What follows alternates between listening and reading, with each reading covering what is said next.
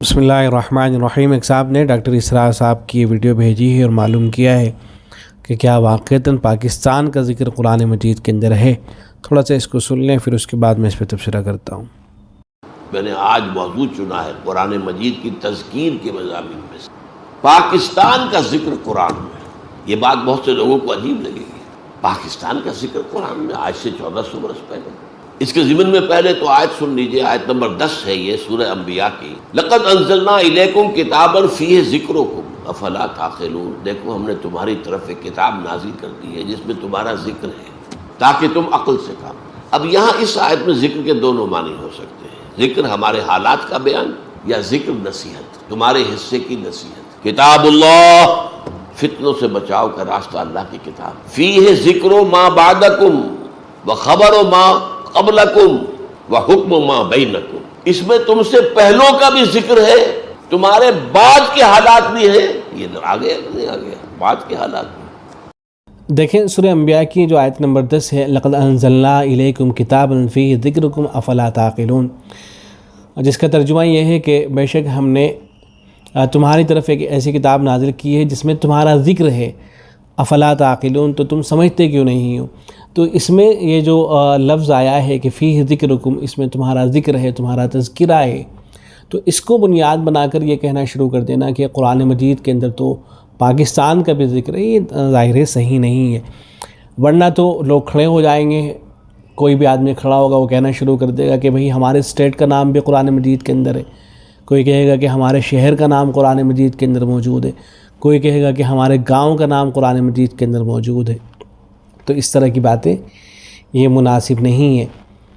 فیہ ذکرکم سے مراد اہل علم نے یا تو یہ لیا ہے کہ یہ قرآن مجید تمہارے لیے نصیحت کی کتاب ہے، یا بعض اہل علم نے اس سے مراد یہ لیا ہے کہ قرآن یہاں ذکر شرف اور فضیلت اور شہرت کے معنی میں، جیسا کہ معرف القرآن کے اندر حضرت مفتی شفیع صاحب رحمۃ اللہ علیہ نے لکھا ہے کہ مراد یہ ہے کہ یہ قرآن جو تمہاری زبان عربی میں نازل ہوا تھا تمہارے لیے ایک بڑی عزت اور دائمی شہرت کی چیز ہے، تمہیں اس کی قدر کرنا چاہیے، اور مزید باتیں حضرت نے لکھی ہیں۔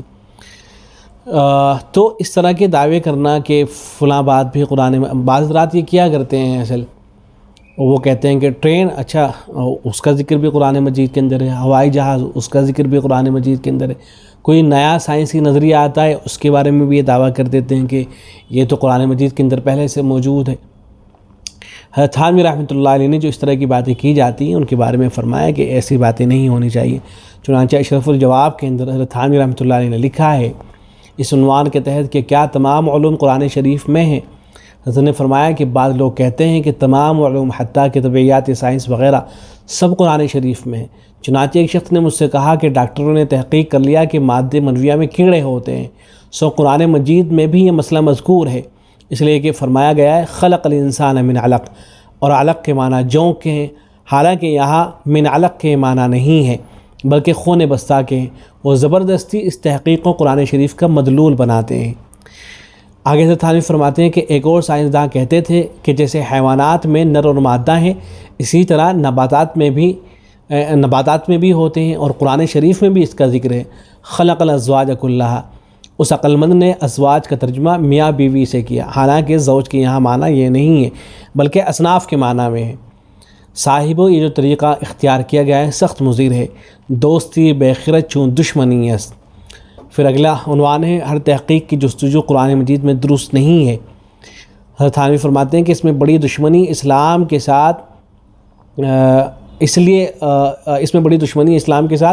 لیے ثابت ہو چکا ہے کہ سائنس کے مسائل منقع نہیں ہوئے، اور اس کو اہل سائنس بھی مانتے ہیں کہ ہم کو اب تک اس دریا کا قطرہ بھی حاصل نہیں ہوا، بس جب کہ مسائل منقع نہیں ہوئے تو آج اگر آپ نے کسی جدید تحقیق کو قرآن شریف کا مدلول بنایا، مثلا یہی کہ تخم میں درخت میں نر اور مادہ ہوتے ہیں، درخت کا جو بیج ہوتا ہے اس میں نر اور مادہ ہوتے ہیں، اور 100 برس کے بعد یہ تحقیق غلط ثابت ہو گئی اور دوسری تحقیق نہیں ہوئی، تو اس میں تکذیب کلام الہی کی بھی لازم آئے گی۔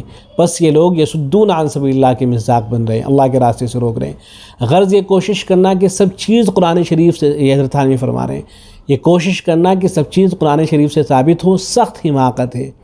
بلکہ قرآن شریف کا کمال یہ ہے کہ جس فن کی وہ کتاب ہے وہ فن اس میں ہو اور دیگر خرافات سے خالی ہو۔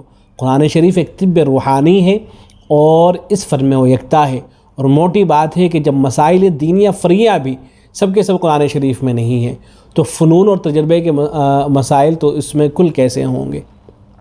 جب جو فروعی مسائل ہیں بہت سارے، نماز کے بہت سے مسائل ہیں اور بہت سے وضو کے مسائل، غسل کے مسائل اور تجارت سے متعلق مسائل، تو یہ سارے کے سارے جب جتنے مسائل ہیں وہ سب ایک ایک کر کے قرآن مجید کے اندر لکھے نہیں گئے ہیں، تو پھر اس طرح کے دعوے کرنا کہ فلاں اسٹیٹ کا نام یا فلاں شہر کا نام یا فلاں چیز کا ذکر قرآن مجید کے اندر ہے، تو اس طرح کی باتیں نہیں ہونی چاہیے۔ امید ہے کہ بات واضح ہو گئی ہوگی۔ السلام علیکم ورحمۃ اللہ۔